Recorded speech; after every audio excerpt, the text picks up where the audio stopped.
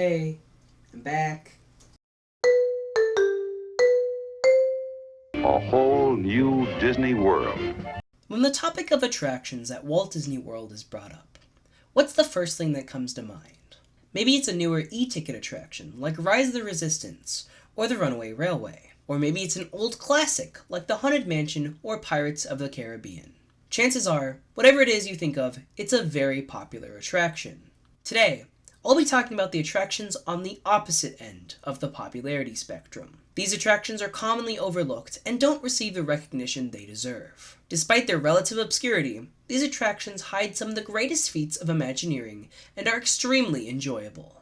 Today, I'll be showing off some of my favorite examples of these attractions in an attempt to gain them a bit more notoriety. So, in no particular order, here are 8 of the most underrated attractions at Walt Disney World. If you had wings, you could do many things. You could widen your world if you had wings. The first item on this list is an interesting case. Technically, it isn't an attraction, but a mode of transportation. Nonetheless, it's a fun experience and one that deserves to be talked about more. The ferry boats to Magic Kingdom are ridden by thousands of people every day, yet you rarely see them discussed in the online Disney Parks community. These boats provide a vital service to guests, granting them passage across the Seven Seas Lagoon from the Ticket and Transportation Center to Magic Kingdom. While fans and the company alike show plenty of attention to the monorails that do the same job, the ferry boats are left in the shadow of their more popular counterpart. While I do agree the monorails are a more unique form of travel, there is an argument to be made for the ferry. Usually, the ferry boats have less of a weight to board, and they can carry more people at a time. They're also more accessible for handicapped guests, and are less prone to delays and downtime. Finally, the ferries are superior to the monorails in terms of theming. When you first arrive at Magic Kingdom, you're in front of Main Street, USA, an early 20th century American town. It makes much more sense that you would arrive to this town via ferry boat than on a futuristic monorail system. Overall, the ferry boats are a critical aspect of Magic Kingdom's daily operations, and a fun way to begin your day at the most magical place on Earth. If you had wings, you could do many things. You could widen your world if you had wings.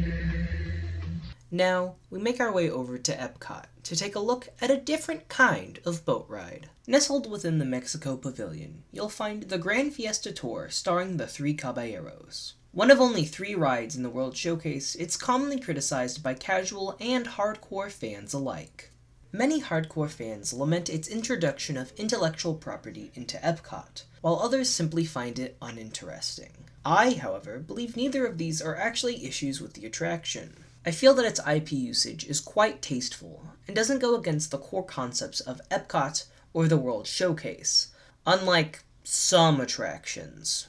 The culture of Mexico is still the main focus. We just have the 3 Caballeros as our tour guides now. This authenticity comes from a solid foundation laid by the attraction that this one replaced, El Rio del Tiempo, an opening day attraction at Epcot Center. As for those who find it boring, that's just up to opinion, I guess. However, I find it really hard to ignore the beautiful artistry in this ride. The sets and lighting are beautifully done, especially the Aztec temple at the beginning. It has a great atmosphere and is a nice relaxing break from the heat. There are also the amazing animatronics of the 3 Caballeros in the finale. Not only do they look incredible, but they also have historical value. These animatronics were originally part of the Mickey Mouse Revue, an opening day attraction at Magic Kingdom back in 1971. After being shipped around the world and sitting in storage for years, they were refurbished and added back to this ride in 2015. If you'd like to learn a bit more about these animatronics and the attraction they come from, you can check out a video I made about it a few years ago. As far as the Gran Fiesta Tour is concerned, I think it's a very fun and enjoyable attraction, even if it is a bit slow. If you had wings, you could do many things.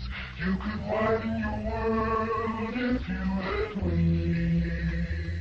This next item is one I feel very strongly about. It's one of my favorite shows at Walt Disney World, and it deserves a lot more attention than it gets. Tucked away in the desolate remains of Grand Avenue in the streets of America, you'll find a diamond in the rough.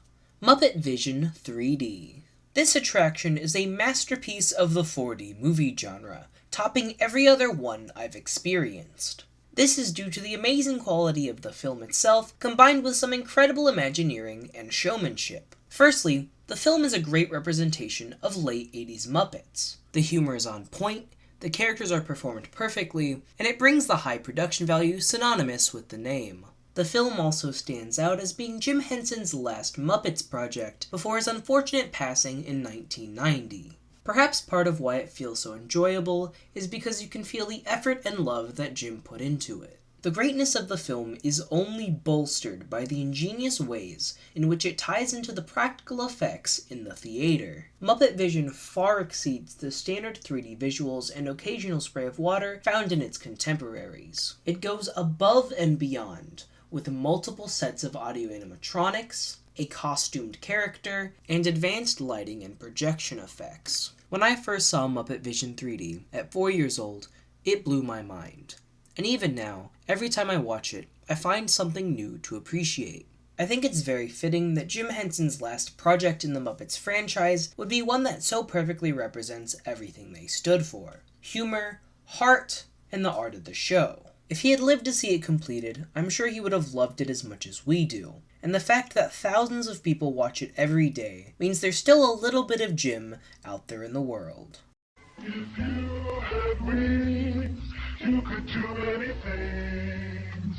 You could widen your world if you had wings. Park icons are a pretty big deal. They act as symbols of their parks in advertisements and merchandise, and are usually the first things to come to guests' minds when they think about their experiences at any given park. For this reason, if there's an attraction inside of the icon, it's usually a pretty important and substantial one. Spaceship Earth houses an in-depth dark ride that explores the history of human communication. The Chinese Theater used to have the Great Movie Ride, and now has the Runaway Railway, a groundbreaking e-ticket attraction, and Cinderella Castle has an overpriced restaurant. Well, if those are the kind of experiences you can find in the other park icons at Walt Disney World, what can you find in the Tree of Life, the icon of the resort's newest park?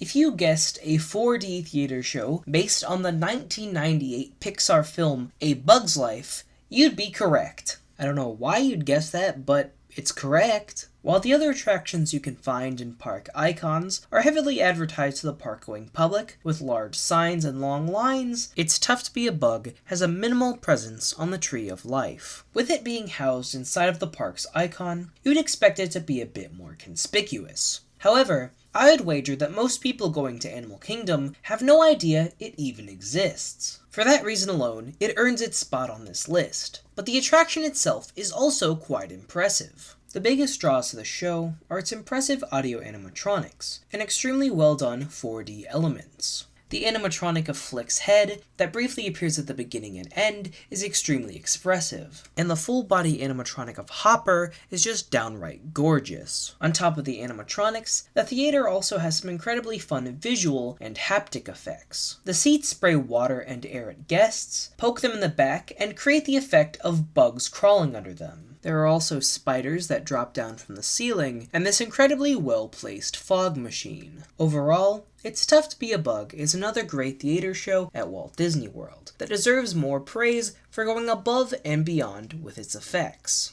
If you had wings, you could do many things. You could widen your world if you had wings. Staying in the Animal Kingdom, let's head back to one of the most overlooked and overhated lands in the entire resort, Dino Land, USA. Here, you can find an incredibly fun dark ride attraction known simply as Dinosaur. Unlike the movie it's named after, this ride is exciting the whole way through, and it leaves a lasting impression. The concept of going back in time is really cool, and the effects used to portray that are quite well done, even though it kinda looks like you're inside of a toaster oven. I'm personally a huge sucker for dinosaurs, and the dinosaur animatronics in this attraction are incredible. With the universe of energy no longer in Epcot, this is the final place on Disney property I can go to get my dino fix. The jungle sets and the lab facility are put together really nicely and feel like real locations. There's a real sense of urgency with the world ending around you, and the movement of the ride vehicles combines with the scary atmosphere to create a very thrilling experience. I feel like a lot of people write off Dino Land as wasted space and undeserving of its spot in Animal Kingdom. However, I feel that Dinosaur is the saving grace of the land and prevents it from being entirely awful. With Primeval World being demolished, and rumors of a replacement for Dino Land being in the works, I fear that Dinosaur doesn't have much time left on this earth. So, if you have the chance, you should check out Dinosaur before it becomes extinct. If you had wings, you could do many things. You could widen your world if you had wings. Some of you may have heard the statement, Disneyland isn't a museum.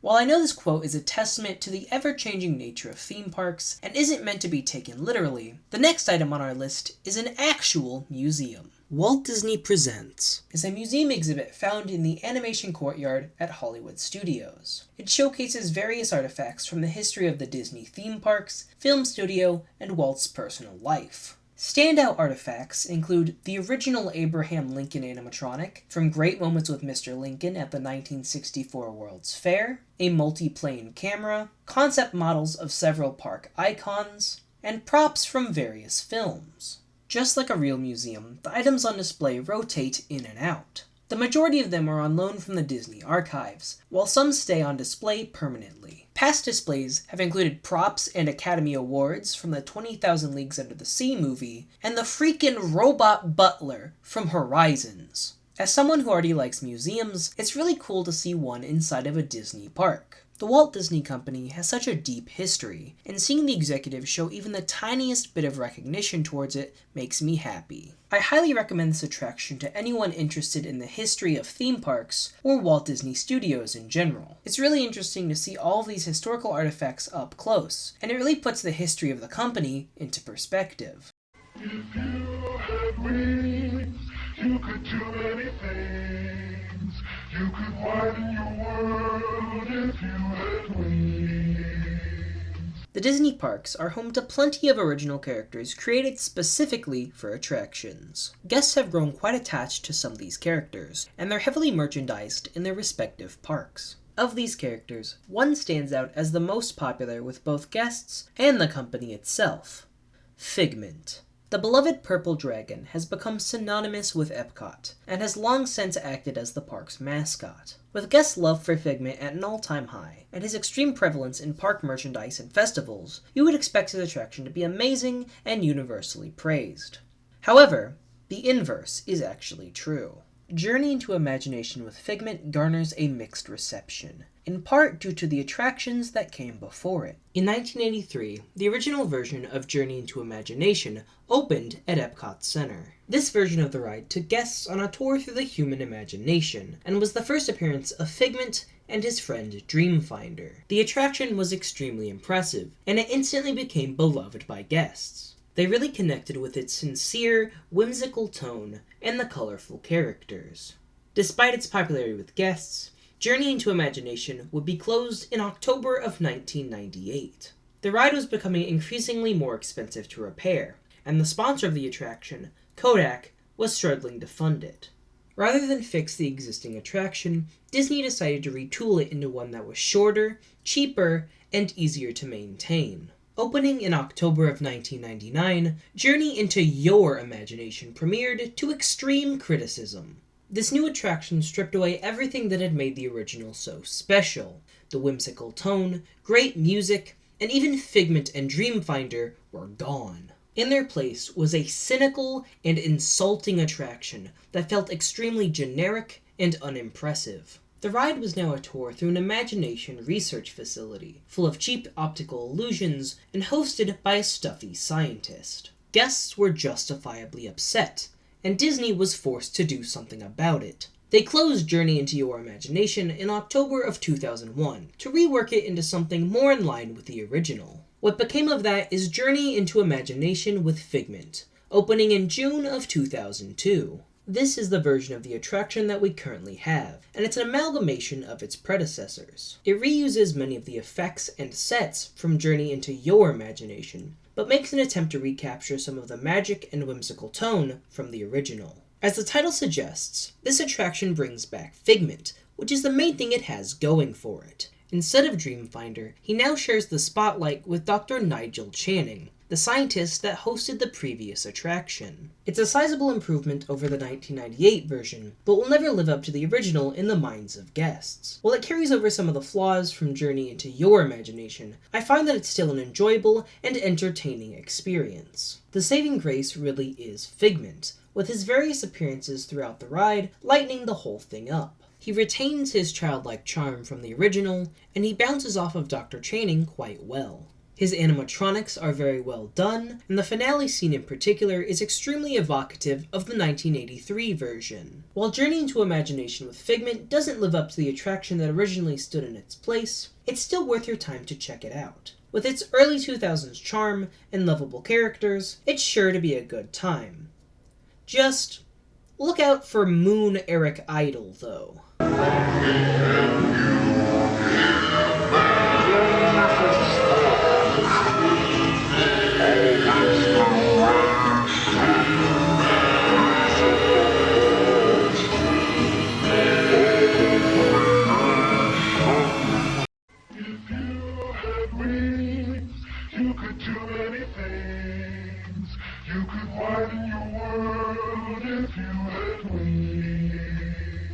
Now, for the final item on this list, we have yet another show. If you've been paying attention, you'll have noticed that almost half of the attractions on this list are theater shows. That's because these attractions are disproportionately overlooked when compared to rides that physically move. Despite the fact that shows have some of the best artistry and Imagineering you can find in the parks, many uninitiated guests will blow them off in favor of attractions they find more interesting and more worth their time. This attraction is a great example of that, as it probably has the shortest line in Tomorrowland, despite housing some of the coolest tech in the entire resort. Monsters, Inc. Laugh Floor is essentially a stand-up comedy show themed to the Monsters, Inc. universe. The show mixes pre-recorded segments featuring Mike Wazowski and Roz with live performers that control 3D models of other monsters in real time. This allows them to naturally bounce off of the audience and have an unprecedented level of interactivity with guests. These performers, like the Jungle Cruise skippers, have pre-approved jokes they're allowed to tell,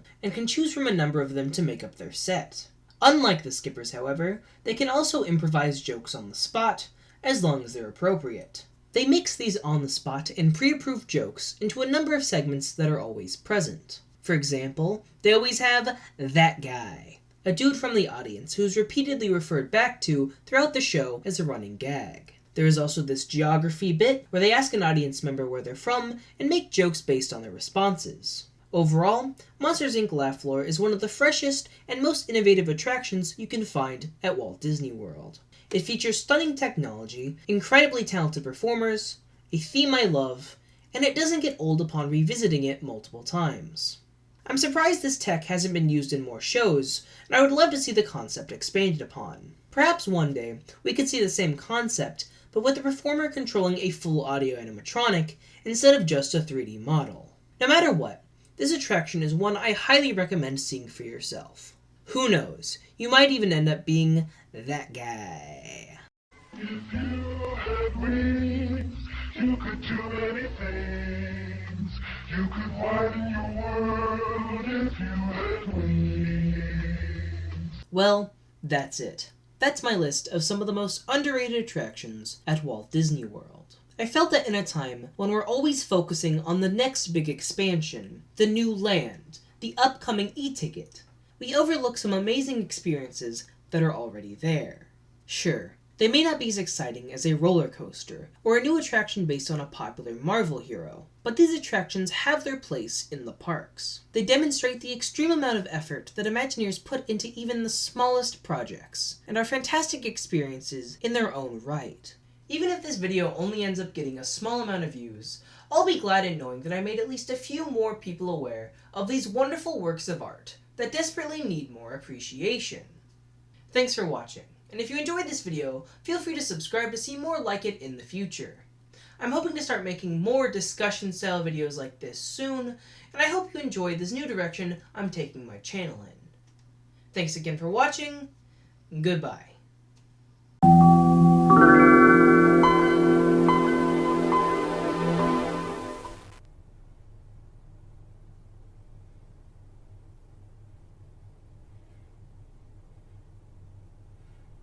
Goodbye.